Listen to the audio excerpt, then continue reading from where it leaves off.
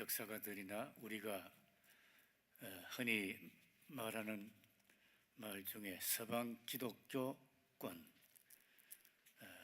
유럽 기독교 문명, 그런 말을 해왔습니다. 근데 유럽 기독교 문화권을, 문명권을 형성하고 서양 기독교권을 형성하는데 결정적인 역할을 한 사람들이 있었습니다. 아일랜드의 선교사들입니다. 아이리시 미셔너리, 아이리시 몽크들인데, 이분들이 돛담배를 타고 유럽으로 왔습니다.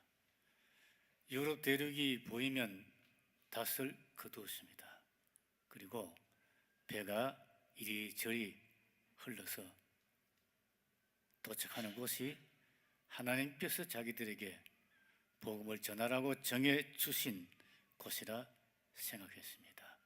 그리고 상륙해서 전도하고 수도원을 세우고 사람들을 키우고 신학을 영국케 하고 복음화하는 데 헌신했습니다.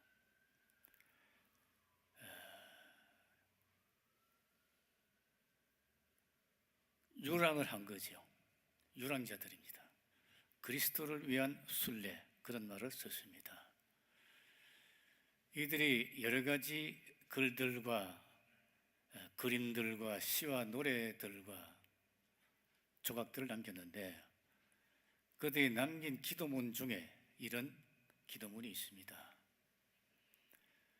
성부 하나님이여 저희들과 함께 계셔서 저희들을 보호하시고, 성자 예수 그리스도여 저희들과 함께 계셔서 저희들을 인도해 주시고, 보혜사 성령님이여 저희들과 함께 계셔서 저희들의 능력이 되시옵소서.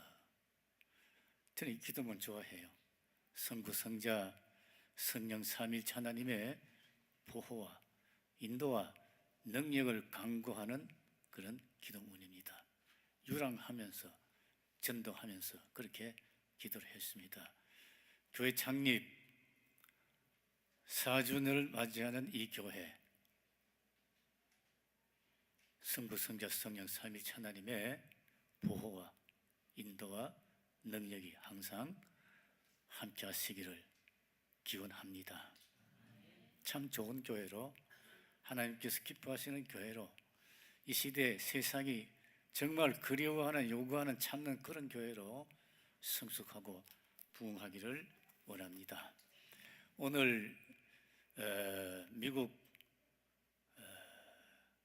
많은 사람들이 슈퍼볼 뭐 어쩌고 저쩌고 그느라 관심이 많습니다. 오늘 저는 슈퍼스타 예수 그리스도에 대해서 좀 말씀하겠습니다. 금요일 저녁에 우리가 주 예수 그리스도의 증인들, 그런 제목으로 말씀을 생각했습니다. 어제는 주 예수 그리스도의 사람들, 왜냐하면 예수 그리스도를 주로 모시고 순종해야 증인이 될 수 있다, 그런 뜻이었습니다. 오늘은 예수 그리스도의 사람들입니다. 예수 그리스도의 사람들, 예수를 그리스도, 메시아, 구주로 고백하고 따르는 자라야 예수 그리스도를 주로 순종할 수 있고, 그리고 그 주 예수 그리스도를 증거할 수 있게 되는 것입니다. 사실 순서가 바뀐 거예요. 예수 그리스도, 그 다음에 주 예수 그리스도인, 그리고 증인들, 이렇게 가야 되는데 제가 거꾸로 했어요. 왜냐하면 예수 그리스도의 사람 되는 것이 가장 기본이기 때문에, 가장 핵심적인 진리의 은혜이기 때문에 거꾸로 제가 말씀을 드려온 것입니다.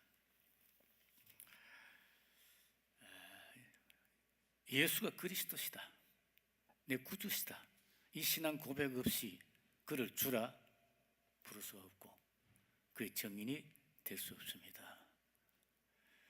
나사렛 예수가 우리의 구주시다, 우리의 죄를 용서하시고 구속하시고 우리의 구주가 되시고 우리를 하나님의 자녀로 삼으셨다는 감격과 감사와 이 기쁨, 소망이 가장 중요한 것입니다. 우리가 흔히 하는 말에 우리가 예수 믿고 제사함 받고 구원받았다 그렇게 말하는데 한 세 가지 차원에서 생각할 수 있습니다. 오늘 읽은 히브리서 말씀은 옛날 이스라엘 백성들의 속죄 제사를 생각하면서 예수님의 십자가 속죄를 설명한 책입니다.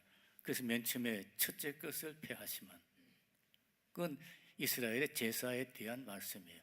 둘째 것을 이것이 예수 그리스도의 십자가의 속죄 사건을 의미하고 그 계속된 말씀 보면 제사장의 제사는 죄를 없게 못한다. 자꾸 반복한다. 왜? 미완성, 온전치 못하니까 자꾸 반복하는 것이다. 그리고 이스라엘 예루살렘 성전 안에서 집행되었다. 왜 그렇습니까? 이 짐승 잡아서 하는 제사는 첫째 제사는 유대인들의 죄를 사하는 제사고 반복한 것은 미완성이기 때문에 자꾸 한 거예요. 그런데 예수님의 십자가 속죄 사건은 예루살렘 밖에서 성문 밖에서 성전 밖에서 집행하셨어요. 왜? 온 인류를 위한 것입니다. 이스라엘과 이 예루살렘과 이 모든 한계를 넘어가는 속죄 제사였기 때문에 성문 밖에서 집행된 것입니다. 우리가 예수 믿고 제사함 받고 하나님의 자녀가 되었다 할 때 첫 번째는 우리 과거의 모든 죄 용서받고 그 죄에서 오는 심판에서 자유를 얻었다는 뜻입니다. 말씀입니다. 그 죄가 아무리 크고 무겁고 부끄럽고 참혹해도 우리가 회개하고 예수님을 의지하고 용서받았으면 그 모든 죄 해결된 것이고 그 죄에서부터 오는 심판에서 우리가 자유를 누리게 된 것입니다. 간단한 거예요, 여러분. 복잡한 거 아니에요. 대단히 간단한 거예요. 예수님과 함께 십자가에 못 박혔던 강도가 한 일이 뭐예요? 한마디 한 거예요. 나를 기억하소서. 내 잘못했습니다. 나를 기억해 주세요. 예수님께서 네가 오늘 나와 함께 나군에 있을 것이다. 박해자 사울이 회개하고 사도 바울이 됐습니다. 우리가 좋아하는 찬송 중에 305장 가령 나 같은 죄인 있잖아요. 나 같은 죄인 살리신 주 은혜 놀랍다. Amazing Grace. 참 놀라운 은혜지요. 근데 그 찬송을 썼던 사람이 우리가 아는 바와 같이 존 뉴턴 목사님이십니다. 존 뉴턴 목사님은 사실은 노예 선장이었어요. 아프리카 가서 사람을 잡아다가 판 노예 선장입니다. 역사상 직업 중에 가장 악질적인 직업 중에 하나가 노예 선장이에요. 가서 사람 잡아다가 그냥 팔았어. 이득을 취한 자예요. 근데 폭풍우 중에 회개하고 하나님의 아들이 되고 목사가 되고 오래 목회를 했습니다. 그리고 이 찬송 썼어요. 나 같은 죄인 살리신 주 은혜 놀랐다. 우리가 예수 믿고 회개하고 하나님의 자녀가 되었다, 그리스도인이 되었다, 크리스찬이 되었다 하면서도 어떤 사람들은 과거에 자기가 지은 잘못, 죄 때문에 고통을 느끼고 가책을 느끼고 부담을 가지고 위축되어 사는 사람들이 있어요. 이것은 복음직이 아닙니다. 우리가 하나님의 자녀라고 하면서 맨날 위축돼가지고 옛날 제 생각이 나고 댕기면 누가 좋아하겠어요? 사탄이 제일 좋아하지. 사탄의 분쇄 묶어놓는 거예요. 우리를. 복음은 다 끝났다. 다 끝났다. 안심해라. 새 사람이다. 하나님의 자녀다. 그렇게 말씀하는 거예요.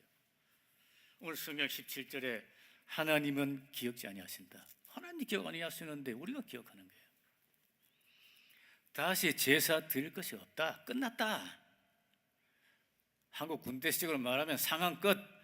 군대 갔다 온 분들 있어요? 상황 끝. 끝났어. 오늘 혹 여러분 가운데 옛날 뭐 그런 일로 이렇게 마음의 고통을 느끼고 죄책감을 가지고 사는 분들 주 예수 그리스도 안에서 자유케 되기를 바랍니다.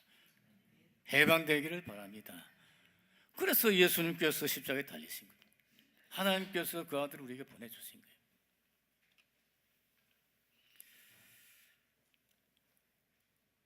제가 가끔 학교를 졸업한 제자들을 만나는데 어떤 사람은 이래요.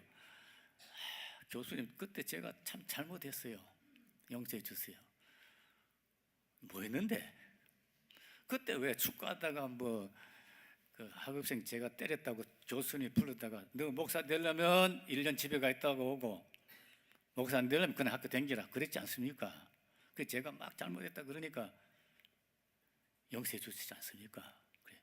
그 용서해 줬는데 왜 또 그 말을 꺼내냐? 저는 잊어버렸거든. 가령 말입니다. 이런 사람이 만날 때마다 그랬다 생각해봐요. 만날 때마다 목사님 죄송해요. 제가 잘못했어요. 야, 이러면 내가 머리 아프지. 영어로 말하면 헤데기야 이게. 제 생각에 그렇지 않겠어요? 야, 이거 야를 정신병원에 보내야 되지 않겠나? 여러분, 우리가 복음적으로 살아야 돼요. 은혜 안에 살아야 됩니다. 그래서 어메이징 그레이스예요. 놀라운 은혜인 것입니다. 이게 논리가 아니고 철학이 아니고 신학이 아니고 은혜예요. 둘째로 우리가 예수 믿고 제사함 받고 구원받았다 하는 것은 우리의 미래 죄도 이미 용서가 보장되었고 그 죄 쏘는 심판에서 해방되었다는 뜻입니다. 야, 우리 자신이 앞으로 어떤 죄를 지을는지 알 수 없는데 어떻게 그 모든 죄 문제가 해결됐다고 말할 수 있는가? 이건 논리입니다. 그렇습니다. 그런데 복음은 하나님의 말씀은 끝났다고 말씀하고 있습니다. 주님의 구속의 십자가 사건은 반복되지 않습니다. 오늘 성경 말씀대로 단번에 온전케 했다. 단번에 한 번으로 끝났다. 영원히 시간 문제지요. 한 번에 제사 드렸다. 속죄 사건입니다. 십자가 온전케 했다. 해결되었다. 그 뜻이에요. 영원히 온전케 되었다. 해결되었다는 말씀에는 과거, 현재, 미래가 포함되어 있는 것입니다. 요한복음 5장 24절에 예수님께서 믿는 자는 나를 구주로 믿는 자는 영생을 얻었고 기정사실로 말씀하는 거예요. 문법적으로는 현재 분사입니다. 그 시점에서 일어나서 현재 계속되고 있는 현재 분사형으로 원래 성경이 기록되어 있습니다. 영생을 얻었고 심판에 이르지 아니하리니 미래에 대한 이야기입니다. 사망에서 생명으로 옮겼느니라. 옮겼다. 사망에서 생명으로 옮겼다. 사망의 자리에서 생명의 지대로 건너왔다는 거예요. 우리의 신분과 우리의 상태가 하나님 앞에서 바뀌었다는 거예요. 전에는 우리가 진노의 자식들이었었어요. 이제는 예수 그리스도 십자가의 구속의 사건으로 인하여 우리가 하나님의 자녀가 되었다는 것입니다. 아니 해병대도 한 번 해병이면 뭐 영원한 해병이라는데 하나님께서 그 아들 예수 그리스도를 십자가에 희생시키시고 그의 아들로 삼으신 딸로 삼으신 우리가 뭐 하루 이틀 끝나고 한 달 두 달 끝나겠어요? 영원히 단번에 온전케 했다. 우리 어제 손양원 목사님 말씀 조금 했습니다. 그런 거지요. 손양원 목사님의 두 아들을 죽인 원수 웃었던 거리지. 근데 손양원 목사님이 용서하시고 자기 아들로 삼으셨다. 원수가 아들이 된 거예요. 관계가 변한 거죠. 하나님과 우리의 사이도 마찬가지입니다. 이야, 앞으로 제 마음 놓고 짓겠네. 이미 용서가 보장되었으니까, 심판이 없으니까. 이것도 논리입니다. 말은 그렇게 할 수 있어요. 그러나 실질적으로는 그렇지 않습니다. 바울 사도 시대에 이미 그렇게 말하는 사람이 있었던 거예요. 그렇기 때문에 바울 사도가 로마에 보내는 편지 가운데 그런 말씀을 하셨겠지요. 로마서 6장 15절에 결단코 그럴 수 없느니라. 내가 죄를 지으리요 법 아래 있지 아니하다고 해서 내가 죄를 지으리요. 무슨 뜻입니까? 내가 죄를 지을 때마다 심판받는 율법 아래 있지 아니하고 부속받은 은혜 아래 있으니 내가 자꾸 죄를 지을 것이냐. 결단코 그럴 수 없느니라. 왜? 우리가 이제 하나님의 자녀이기 때문에 죄를 피하고 멀리하고 싫어해야지 죄를 좋아하고 진짜 안 된다 이거예요. 그러면 우리가 하나님의 자녀가 되었으면 죄를 짓지 않느냐? 넘어지지 않느냐? 그 대답은 우리가 다 알고 있죠. 넘어지지요. 죄 짓죠 자꾸. 싫어하면서도 피하면서도.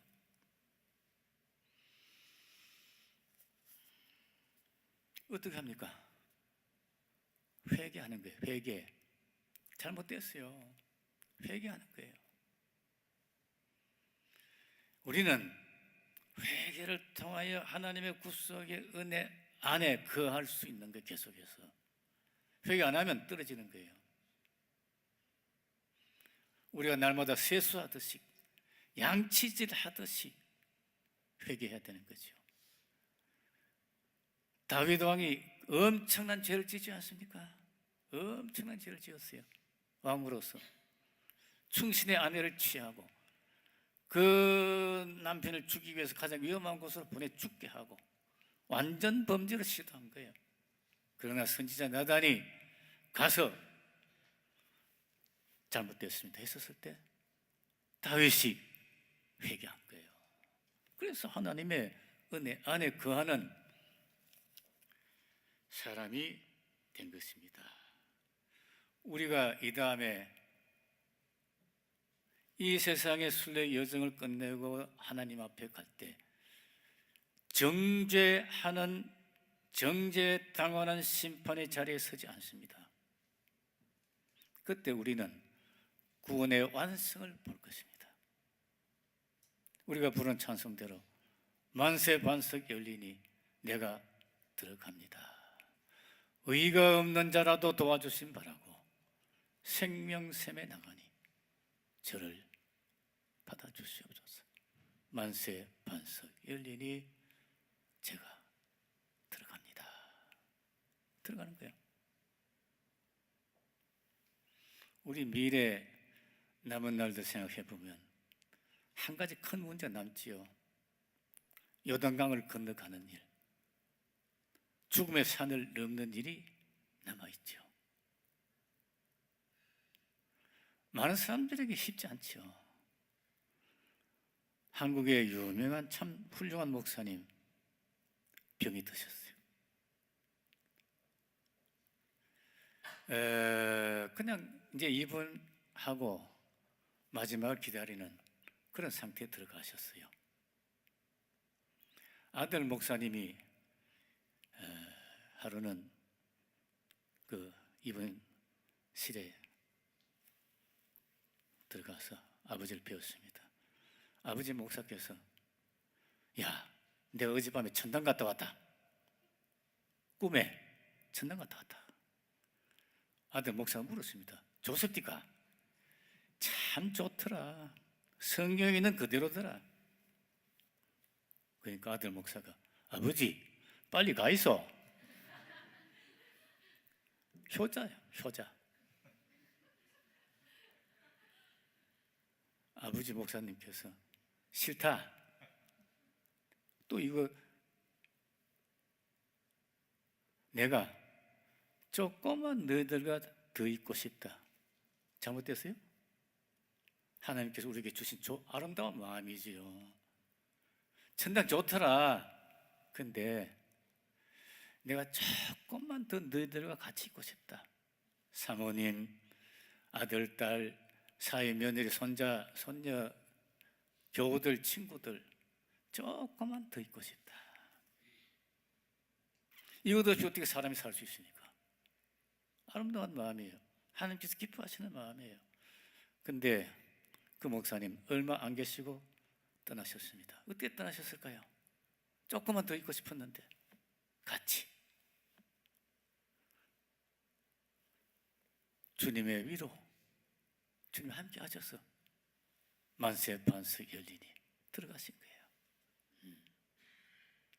우리 프로테스탄트 교회가 고백하는 몇 가지 중요한 요리문답 신앙 고백이 있습니다. 그 중에 하이델베르크 신앙 고백이 있는데 그 첫 번째 질문이 이렇게 되어 있습니다.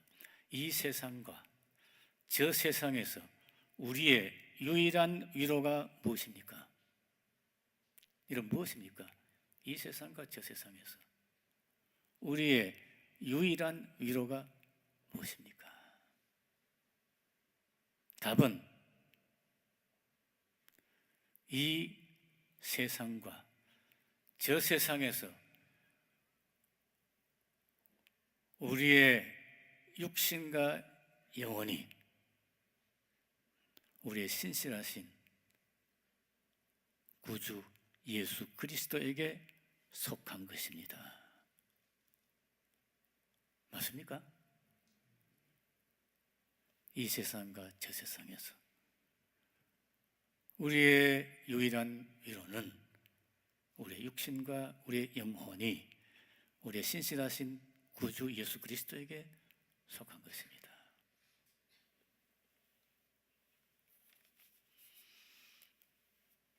심판 없어요. 구원이 있습니다. 소망 중에 나갈 수 있길 바랍니다. 로마서 8장 1절 2절 바울이 그렇게 말씀했습니다. 그러므로 이제 그리스도 예수 안에 있는 자에게는 결코 정죄함이 없나니 이는 그리스도 예수 안에 있는 생명의 성령의 법이 죄와 사망의 법에서 우리를 해방하였음이라. 이게 선포예요, 선포.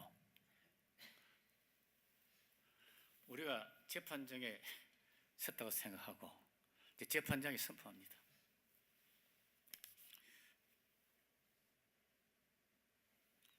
그리스도 예수 안에 있는 생명의 성령의 법이 죄와 사망의 법에서 너를 해방하였다. 정죄 없다 이거예요. 그런 미래 소망을 가지고 살아라, 산다, 그런 뜻이 우리가 예수 믿고 구속받았다는 말 속에 있는 것입니다. 마지막으로 현재적인 구원을 생각할 수 있습니다. 과거는 지나갔고 미래는 아직 안 왔습니다. 우리가 매일 사는 건 현재예요. 우리가 사는 이 세상 현재는 죄와 악이 역사하는 그런 세상입니다. 여러 가지 함정과 불안한 일과 걱정건심되는 일과 고통과 고난과 잔혹한 일들이 많은 세상입니다. 우리가 하나님의 자녀라고 해서 이 모든 일들로부터 온전히 피할 수가 없습니다. 병이 들기도 하고 실패하기도 하고 어려운 일을 겪기도 하고 마음 아픈 일을 당하기도 하는 것입니다. 성경을 보면 하나님께서 하나님의 사람들에게 주신 한 가지 공통적인 약속이 있습니다. 너는 부자가 될 것이다. 너는 장수할 것이다. 그건 개별적으로 달라요. 개별적으로 주신 복이고, 모든 하나님의 자녀들에게 공통적으로 주신 근본적인 복이 있습니다. 그건 뭡니까? 내가 너와 함께 하겠다. 아브라함에게 내가 너와 함께 하겠다. 이삭과 야곱에게 내가 너와 함께 하겠다. 선지자들에게 함께 하겠다. 사도들에게 함께 하겠다. 우리들에게도 함께 하겠다. 예수 임마누엘. 예수 임마누엘. 함께 하겠다. 함께 한다는 것이 구원이에요. 함께 한다는 것이 구원이란 말입니다. 주님이 우리와 함께 하신다는 그 자체가 구원이란 말이에요.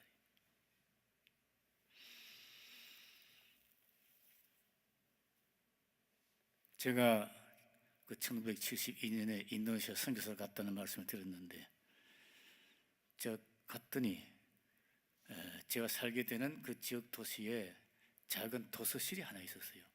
미국 CNMA 교회에서 세운 도서실인데, 제가 보니까 거기 팻말이 붙어 있어요. 왜 이 도서실을 지었는가? 그 교단에서 처녀 선교사가 파송이 됐는데, 인도네시아에서 말을 배우고 있는 중에 밤에 도둑이 들어왔어요.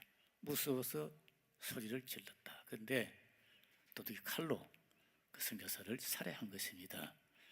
가족들과 그를 파송한 교회가 그를 기념해서 추모해서 이 집을 지었다. 제가 그 글귀를 읽으면서 충격 비슷한 그런 걸 느꼈어요. 세상 끝날까지 하늘과 땅의 모든 권세를 가지고 함께 하시겠다. 그래서 가라. 제자를 삼아라. 주님 그렇게 말씀하셨는데, 주님 살아 계시는가? 주님은 신실하신가? 그렇다면 어떻게 이런 일이 있을 수 있는가? 여러 가족들과 여러 사람들의 만류를 반대를 뿌리치고 어린 아이들을 데리고 처자식을 끌고 인도네시아까지 내가 온 것이, 이것이 가치 있는 일인가? 무슨 의미가 있는가? 그런 고민을 제가 했었습니다. 중부자바 바투라는 곳에 가서 독일 선교사 댁에서 며칠 머무는데, 그 댁 이 객실에 리빙룸에 액자가 있었어요. 글귀가. 하나님이 우리가 때때로 당신을 이해할 수 없습니다. 그렇죠? 우리 자신에게 일어나는 일, 가족, 교우, 우리 아는 사람들에게, 또 이 세상에 일어난 여러 가지 일들을 볼 때에 하나님이 살아계신다면 어떻게 이런 일이 있을 수 있는가? 하나님 우리 사랑하신다면 왜 이렇게 되는가? 이해할 수 없을 때가 있지요. 근데 그것을 끝나면 낙심이에요. 근데 다음 글귀에 이렇게 되어 있었습니다. 하나님이 우리가 때때로 당신을 이해할 수 없습니다. 그러나 의지합니다. Trust. 의지합니다. 의지합니다. 이게 우리 힘이 아니란 말이에요. 주님이 도와주셔서, 위로해 주셔서 우리가 일어서는 것이죠. 그래서 사망의 음침한 골짜기를 다닐지라도 내가 해를 두려워하지 않는 것은 주께서 함께 하심이니라. 그게 구원이에요. 그 옆에 그런 글귀가 있었어요. 당신이 짊어진 십자가가 남의 것보다 더 무겁다고 생각하는가? 그리스도의 위로도 더 위대할 것이다.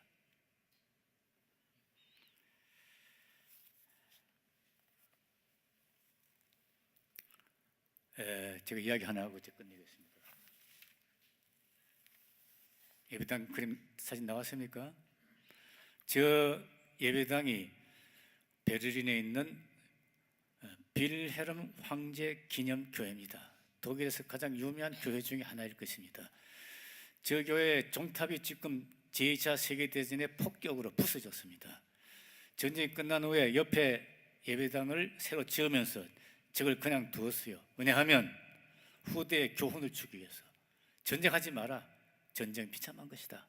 교훈을 주기 위해서 일부러 폭격 맞은 상태로 지금까지 내버려 두고 있습니다.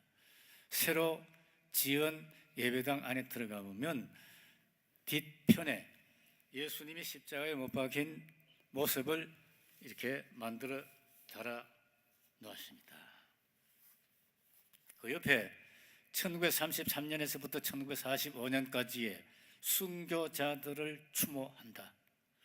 나치 히틀러 정권하에서 살해된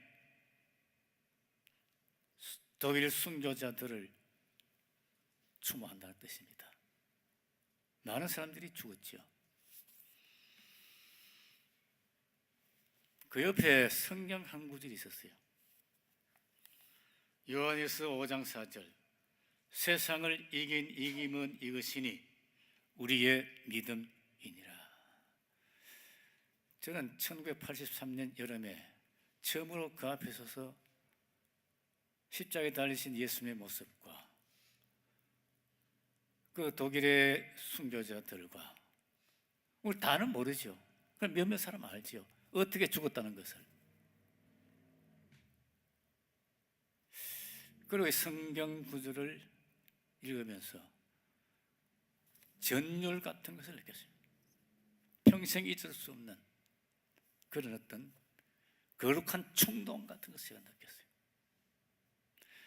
그거 베를린 갈 때마다 제가 그곳을 갑니다. 가서 서서 묵상하고 오는데 그 히틀러 시대에 히틀러보다 주님을 복종했던 사람들이 독일에요. 발밀 선언을 했던 히틀러를 반대하는 사람들이 모여서 성명서를 발표했던 교회 가보면 그걸 발밀 선언이라 하는데 예배당에서 내려오면 바로 큰 길인데 그 앞에 조각을 만들었어요. 많은 사람들이 이제 이렇게 있는데 조각에 대다수는 히틀러 만세를 부르고 있습니다. 소수의 사람들이 성경을 들고 우리가 히틀러보다 주님께 복종해야 된다. 그런 뜻의 조각물이 있어요. 그러다가 다 잡혀 죽은 거예요. 체포되고 두들겨 맞고 고문당하고 처형됐어요. 그 사람들을 기념한다는 거죠. 그 억울한, 그 무서운, 그런 고통스러운 그런 감옥 생활을 어떻게 견뎠을까? 그 중에 디드리히 보네프 목사님은 내보낸 편지 가운데 독방에 갇혀 있다 보니 그리운 것이 많다. 아쉬운 것이 많다. 따뜻한 햇빛이 너무 그립다. 아이고, 오늘 햇빛 없습니까? 눈 오느라고. 우리 햇빛 얼마나 쪼입니까? 감사하다고 생각해 본 적 있습니까? 햇빛이 너무 그립다. 따뜻한 햇빛.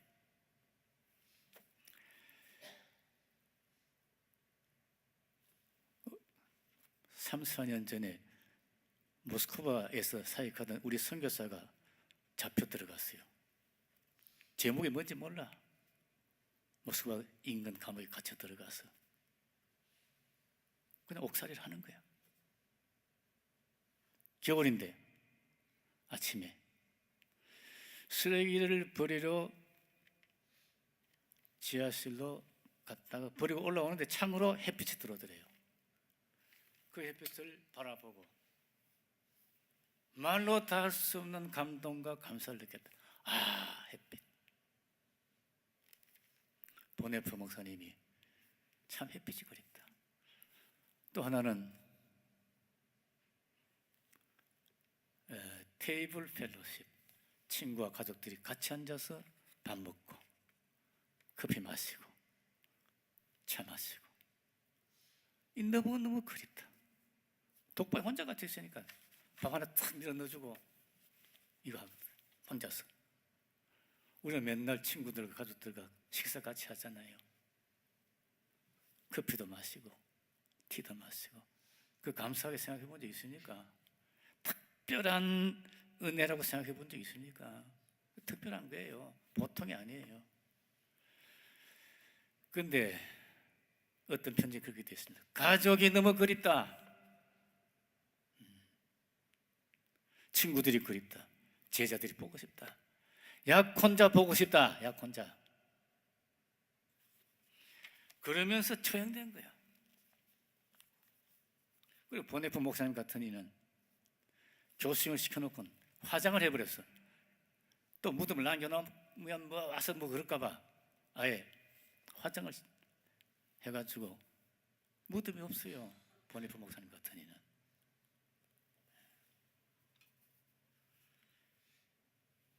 그런 세상을 어떻게 감당했었을까? 이겼을까? 죽은 사람들은, 순교자들은 말이 없지요. 근데 그의 가족들과 동지들과 선후배 제자들이 대신 말을 하고 있는 것입니다. 세상을 이긴 이김은 이것이니 곧 우리의 믿음이니라. 믿음으로 이분들이 세상을 이겼다. 그런 세상을 이겼다는 거예요. 항복하지 않고 비굴해지지 않고 이겼다. 이게. 저는 다음의 구절을 생각했습니다. 예수께서 하나님의 아들이심을 믿는 자가 아니면 세상을 이기는 자가 누구냐? 믿음으로 세상을 이겼다는데 어떤 믿음이냐? 그 요한일서 계속되는 말씀 보면 예수께서 하나님의 아들이심을 믿는 그 믿음으로 세상을 이겼다. 로마서 8장 32절 말씀을 생각했어요. 그의 아들을 아끼지 아니하시고 우리 모든 사람을 위하여 내 주신 이가 어찌 그 아들과 함께 모든 것을 우리에게 은사로 주시지 아니하시겠느냐. 가장 귀중한 거 우리에게 주신 것, 하나님의 사랑의 표, 증거다 이거죠. 더 이상 뭐 말할 수 있느냐. 그래서 바울은 누가 우리를 그리스도의 사랑에서 끊으리요? 환난이나 공고나 핍박이나 기근이나 적신이나 위험이나 칼이라. 이 아무것도 우리를 그리스도 예수 안에 있는 하나님의 사랑에서 끊을 수 없으리라. 우리가 넉넉히 이기느니라. 우리에게 이김을 주시는 하나님께 감사한다.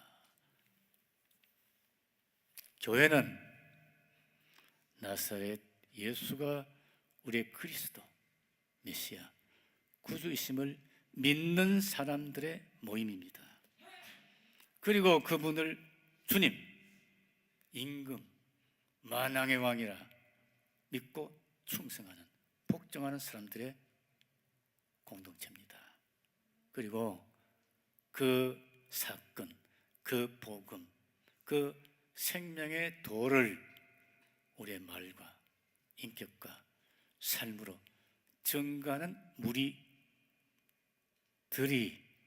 교회입니다. 교회 창립 4주년 축하드립니다. 부디 더 좋은, 더 진정한 주 예수 그리스도의 사람들의 무리들로 공동체로 성숙하고 성장하고 전진하는 교회 되기를 기대하고 기원합니다. 기도하십시다. 하나님 아버지, 이곳에 기쁨의 교회를 세워주시고 4년 동안 인도해 주신 것을 감사합니다. 남은 세월 동안 진정한 우리 주 예수 그리스도의 공동체로 그 사명을 감당해가며 하나님을 기쁘시게 하고 많은 사람들을 구원하고 역사를 새로 창조하는 귀한 교회 되게 해 주시옵소서. 저희를 온전케 하시는 우리 주 예수 그리스도 이름으로 기도하옵나이다. 아멘.